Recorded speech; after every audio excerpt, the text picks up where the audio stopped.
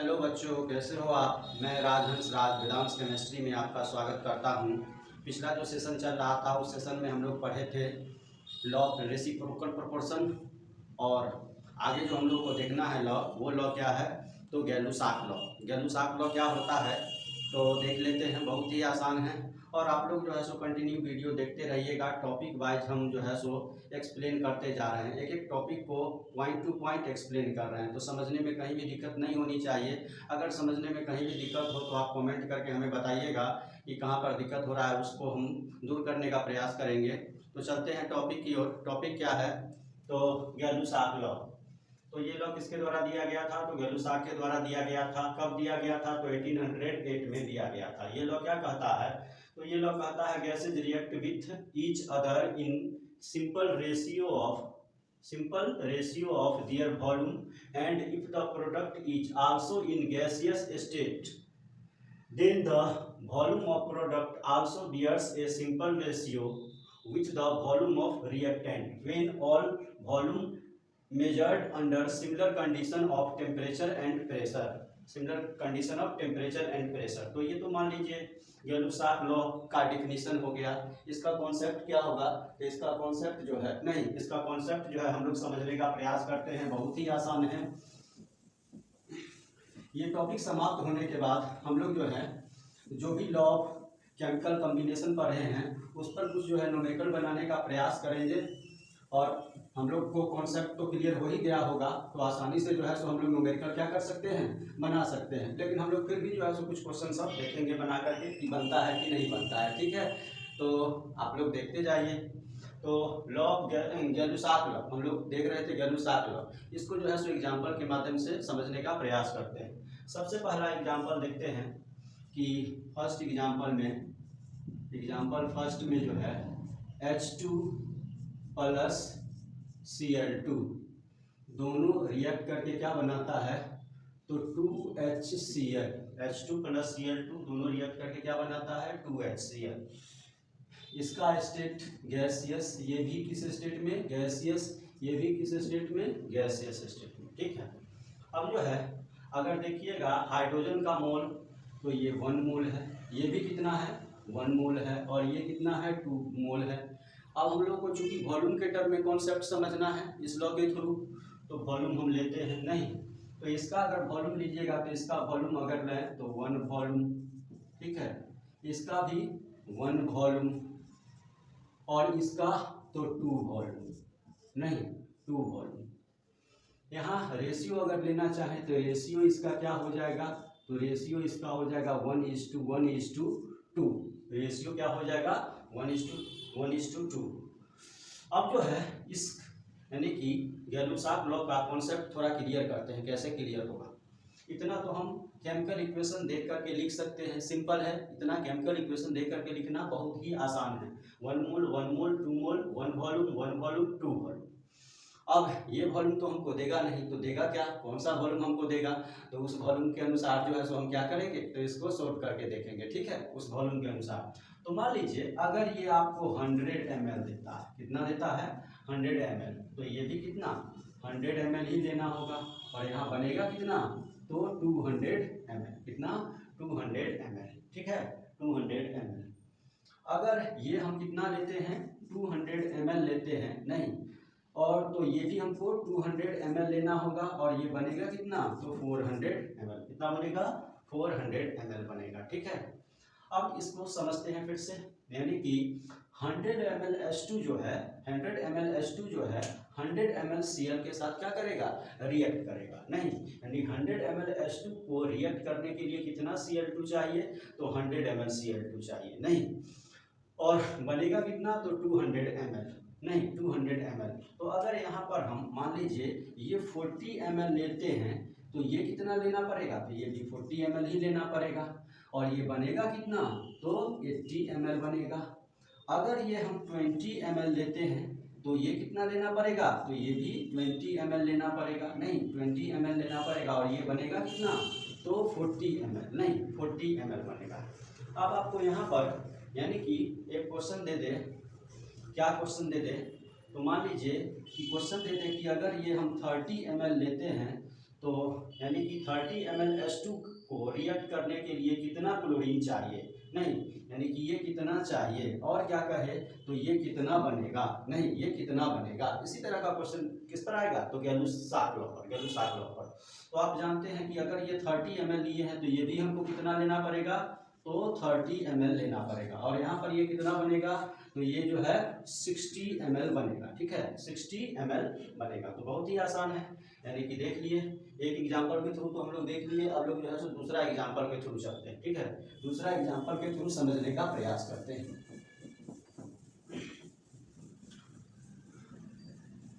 दूसरा एग्जाम्पल क्या है, तो दूसरा एग्जाम्पल है CH4 gaseous state plus O2 gaseous state क्या बनाएगा, तो CO2, नहीं, क्या बनाएगा, CO2, ये भी गैसियस स्टेट, और ये 2 मोल हमको लेना पड़ेगा, प्लस 2H2O ये लिक्विड स्टेट, नहीं। तो हम अगर गैलुसाक लॉ पर कैलकुलेशन करेंगे तो चूंकि ये लिक्विड स्टेट में है तो इसको कैलकुलेशन में यूज नहीं करेंगे, क्योंकि ये जो लॉ दिया गया है सिर्फ गैसियस वॉल्यूम के लिए दिया गया है, नहीं, किसके लिए दिया गया है, गैसियस वॉल्यूम के लिए। तो ये यानी कि कह सकते हैं not apply in calculation because it is in, क्या लिख सकते हैं, तो लिक्विड स्टेट, ये लिक्विड स्टेट में है, इसलिए नॉट अप्लाई होगा किसमें, तो कैलकुलेशन में अप्लाई नहीं होगा, तो सिर्फ इसी पर अप्लाई करेंगे। तो पहले वही 1 मोल है, ये 2 मोल है, और ये 1, नहीं, वॉल्यूम, तो ये 1 वॉल्यूम है, नहीं, ये 2 वॉल्यूम है, और ये 1 वॉल्यूम है। तो अब जो है कैलकुलेशन कि 100 ml CH4 को रिएक्ट करने के लिए कितना ऑक्सीजन चाहिए, तो 2 वॉल्यूम है, तो 200 ml क्या चाहिए, ऑक्सीजन चाहिए, और बनेगा कितना कार्बन डाइऑक्साइड, तो यहाँ पर जो है 100 ml कार्बन डाइऑक्साइड बनेगा। उसी तरह अगर कहे कि 50 ml लेते हैं CH4, तो 50 ml CH4 के साथ कंप्लीटली रिएक्ट करने के लिए कितना ऑक्सीजन चाहिए, तो ये 100 तो 200 तो 50 तो 100 ml, और बनेगा कितना CO2, तो यहाँ पर 50 ml बनेगा, नहीं, 50 ml बनेगा। उसी तरह कहे कि 60 ml लेते हैं, यानी कि 60 ml CH4 को कंप्लीटली रिएक्ट करने के लिए कितना ऑक्सीजन चाहिए, तो यहाँ पर 100 तो 200, 60 तो 120 ml चाहिए, नहीं, 120 ml चाहिए। इसी तरह का आपसे क्वेश्चन एराइज किया जाएगा, और ये कितना बनेगा, तो ये 60 ml बनेगा, कितना, 60 ml बनेगा। अगर ये 120 ml लेते हैं, नहीं, 120 ml लेते हैं, तो यहाँ पर कितना ऑक्सीजन रिक्वायर्ड होगा, तो ठीक इसका दुगुना, तो 240 ml, और ये बनेगा कितना, तो 120 ml बनेगा। तो यहाँ पर ये भी क्वेश्चन हमारा जो है सो क्लियर हो गया। आगे हम फिर देखते हैं और एग्जाम्पल के द्वारा, ठीक है, तो इसको नोट कर सकते हैं आप लोग वीडियो को पॉज करके। थर्ड जो हमारा एग्जाम्पल है वो एग्जाम्पल क्या है, तो देखते हैं। जैसे कि थर्ड एग्जाम्पल है 2CO गैसियस स्टेट में प्लस O2 बनाता है 2CO2, ये भी गैस और ये भी क्या है, गैस है, ठीक है, तीनों गैसियस स्टेट में। यहाँ 2 मोल 1 मोल इक्वेशन देखेंगे बैलेंस है या नहीं है, तो 2 ऑक्सीजन और 2 4, तो 4, ठीक है, बैलेंस है, 2 कार्बन तो 2 कार्बन बैलेंस है यहाँ पर। अब जो है ये 2 वॉल्यूम और ये 1 वॉल्यूम और ये 2 वॉल्यूम, मिस्टेक हो गया है, यहाँ 2 होगा, ये 2 वॉल्यूम। अब इसको फिर समझते हैं। ये 200 ml लेते हैं, 200 ml लेते हैं, तो ये कितना लेना पड़ेगा, 100 ml, और बनेगा कितना, तो 200 ml, नहीं। अब यहीं से समझते हैं फिर, यानी कि 200 ml CO को कंप्लीटली O2 के साथ रिएक्ट करने के लिए 100 ml O2 रिक्वायर्ड होता है नहीं, और कितना CO2 बनता है तो 200 ml। तो इस पर आप फिर वही कई टाइप का क्वेश्चन दे सकते हैं, जैसे कि ये 40 ml लेते हैं तो ये कितना रिक्वायर्ड होगा, तो ये 200 तो 100 ml, तो 40 ml तो कितना 20 ml, और 200 तो 200 ml तो 40 ml, तो यहाँ पर कितना हो जाएगा, तो यहाँ पर भी 40 ml हो जाएगा नहीं 40 ml हो जाएगा, ठीक है।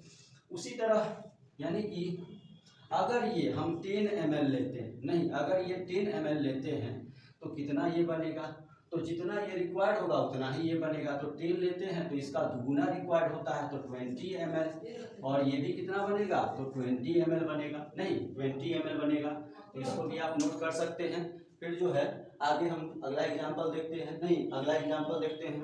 तो यानी कि गैलुसाक लॉ का पूरा कॉन्सेप्ट हम लोग का क्लियर होना चाहिए, कहीं भी कोई डाउट नहीं होना चाहिए, कहीं भी कोई डाउट नहीं रहेगा। अगर आप इसको ध्यान से देखते हैं तो कहीं भी कोई डाउट नहीं रहेगा। जैसे कि चौथा एग्जाम्पल है N2 gas plus 3H2 gas बनाता है 2NH3 गैस। पहले मोल्स लिख लीजिए, इसका 1, इसका 3 और इसका 2 बैलेंस है। इक्वेशन चेक कर लीजिएगा पहले, क्योंकि गैलुसाक लॉ अप्लाई करने से पहले जो केमिकल इक्वेशन दिया हुआ रहेगा उस केमिकल इक्वेशन को पहले देखेंगे कि वो बैलेंस्ड है या नहीं है, तभी हम वॉल्यूम का कैलकुलेशन करेंगे। नहीं तो वॉल्यूम का कैलकुलेशन जो हम करेंगे वो वॉल्यूम का कैलकुलेशन हमारा क्या हो जाएगा, गलत हो जाएगा, ठीक है।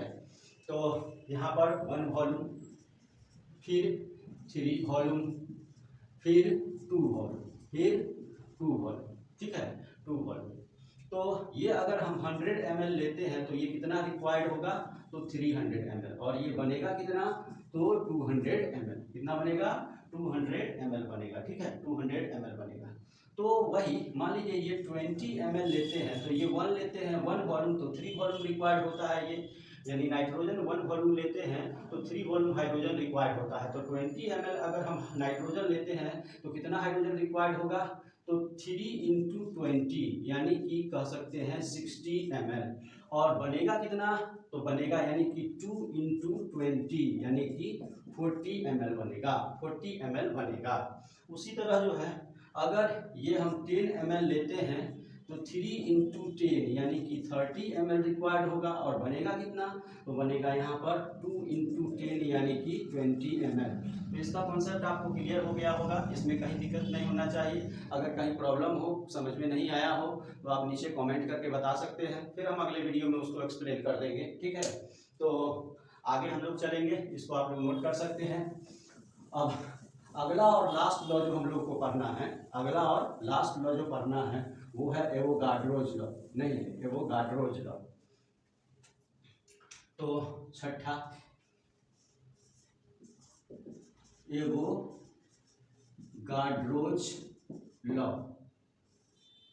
नहीं इट वाज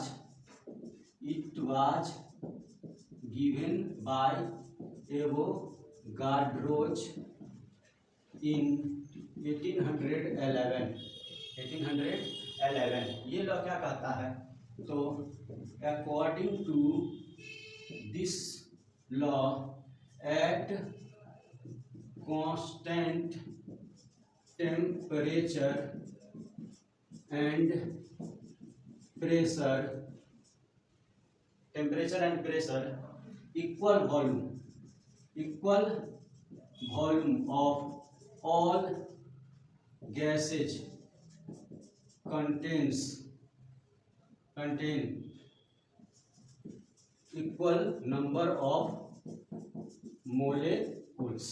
नहीं बहुत आसान है, ये कहता है कि कोई भी गैस हो अगर उसका वॉल्यूम सेम है तो उसमें नंबर ऑफ मोलेकुल्स भी क्या होंगे, सेम होंगे। बहुत ही आसान है कि कोई भी गैस हो उसका वॉल्यूम अगर सेम है तो उसमें नंबर ऑफ मोलेकुल्स भी क्या होगा, तो सेम होगा, नहीं सेम होगा। इसको फिर हम एग्जांपल के माध्यम से समझेंगे, बहुत ही आसान है, ठीक है। तो चलते हैं एग्जांपल की तरफ। पहले एक एग्जांपल लेते हैं, यानी कि जैसे कि मान लीजिए एक कंटेनर ये है, ठीक है एग्जांपल, दूसरा कंटेनर हमारा ये है, और तीसरा कंटेनर हमारा ये है, और चौथा कंटेनर हमारा ये है, इसमें मान लीजिए नाइट्रोजन गैस है, इसमें हाइड्रोजन गैस है, इसमें क्लोरीन गैस है, इसमें मीथेन गैस है, नहीं, और चारों के चारों कंटेनर का वॉल्यूम 1 लीटर है, इसका भी 1 लीटर है, इसका भी 1 लीटर है, और इसका भी 1 लीटर है। टेम्परेचर और प्रेशर भी सेम है, यानी कि टेम्परेचर मान लीजिए 25 डिग्री सी, प्रेशर 1 atm। यहाँ भी टेम्परेचर 25 डिग्री सी और प्रेशर 1 atm। यहाँ भी टेम्परेचर 25 डिग्री सी और प्रेशर 1 atm, और यहाँ भी टेम्परेचर 25 डिग्री सी और प्रेशर 1 atm। नहीं, तो अगर एक कंटेनर में नंबर ऑफ मोलेकुल्स अगर 1 लाख होगा, कितना होगा, 1 लाख होगा, एक कंटेनर में 1 लाख होगा नंबर ऑफ मोलेकुल्स, तो दूसरे कंटेनर में भी कितना होगा, 1 लाख होगा, तीसरे कंटेनर में भी कितना होगा, तो 1 लाख होगा, नहीं, और चौथे कंटेनर में भी कितना होगा, तो 1 लाख होगा, नहीं।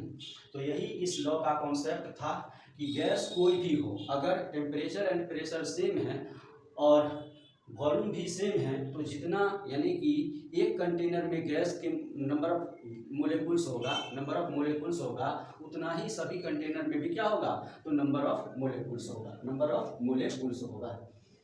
तो इसको नोट कर सकते हैं आप लोग, और अलग दूसरे एग्जांपल के द्वारा हम लोग इसको समझने का प्रयास करेंगे। एक तो हो ही गया कैलकुलेशन में कैसे जो है सो इस लॉ को अप्लाई करेंगे, वो इम्पोर्टेंट है। ये तो समझने के लिए कॉन्सेप्ट था, हम लोग समझ लिए, लेकिन मान लीजिए हमको न्यूमेरिकल देता है बनाने के लिए, तो वहाँ पर अगर हमको कैलकुलेट करने की आवश्यकता होगी, तो वहाँ पर जो है सो हम कैसे क्या करेंगे, तो कैलकुलेट करेंगे, नहीं, कैसे कैलकुलेट करेंगे। तो चलते हैं आगे, यानी कि फर्स्ट एग्जांपल में at similar condition of temperature and pressure 40 ml of H2, उसके बाद 40 ml of Cl2, 40 ml of CO2, 40 ml of CH4, ठीक है, यानी 40 ml ऑफ H2, यानी कि चारों के चारों जो गैस दिए गए हैं, चारों के चारों गैस यानी कि similar condition of temperature and pressure पर है, यानी सभी का टेम्परेचर और प्रेशर क्या है, तो सेम है, सभी का टेम्परेचर और प्रेशर क्या है, सेम है, और वॉल्यूम देखिए तो वॉल्यूम भी क्या है, सेम है। तो 40 ml जो है हाइड्रोजन x मोलेकुल्स ऑफ H2 रखता है, नहीं, x मोलेकुल्स ऑफ H2 रखता है, यानी 40 ml of H2, 40 ml H2 में H2 के मोलेकुल की संख्या कितनी है, तो x है, यानी H2 के मोलेकुल की संख्या कितनी है, x है। तो क्लोरीन के मोलेकुल की संख्या कितनी होगी, तो वो भी x मोलेकुल, वो भी कितना होगा, तो x मोलेकुल्स ऑफ Cl2। उसी तरह CO2 के मोलेकुल की संख्या कितनी होगी, तो x मोलेकुल ऑफ CO2। उसी तरह CH4 के मोलेकुल की संख्या कितनी होगी, तो CH4 के मोलेकुल की भी संख्या कितनी होगी, तो x ही होगी, ठीक है। अब जो है, लेकिन अगर हम यानी कि 20 ml ऑफ N2 ले लेते हैं, टेम्परेचर एंड प्रेशर सेम है, तब जो है N2 के मोलेकुल की संख्या कितनी होगी, तो 40 ml में कितना होता है, तो 40 ml में x, नहीं 40 ml में कितना x, तो 20 ml में कितना होगा, तो 40 में x, तो 20 में, तो 40 का आधा 20 है, 40 का आधा 20 है, तो x/2 मोलेकुल्स of N2, x/2 मोलेकुल्स of N2। उसी तरह अगर हम 80 ml ले लेते हैं, 80 ml SO2 ले लेते हैं, तब इसके मोलेकुल की संख्या कितनी होगी, तो 40 का दुगुना 80 होता है, तो 40 में x है, तो 80 में कितना हो जाएगा, तो 2x मोलेकुल्स of SO2।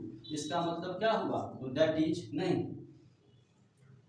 Volume of gas is directly proportional to number of molecules, यानी कि नंबर ऑफ मोलिक्यूल्स जो है वॉल्यूम ऑफ गैस के क्या होता है डायरेक्टली प्रोपोर्शनल, या volume of gas number of molecules के क्या होता है डायरेक्टली प्रोपोर्शनल। डायरेक्टली प्रोपोर्शनल का मतलब होता है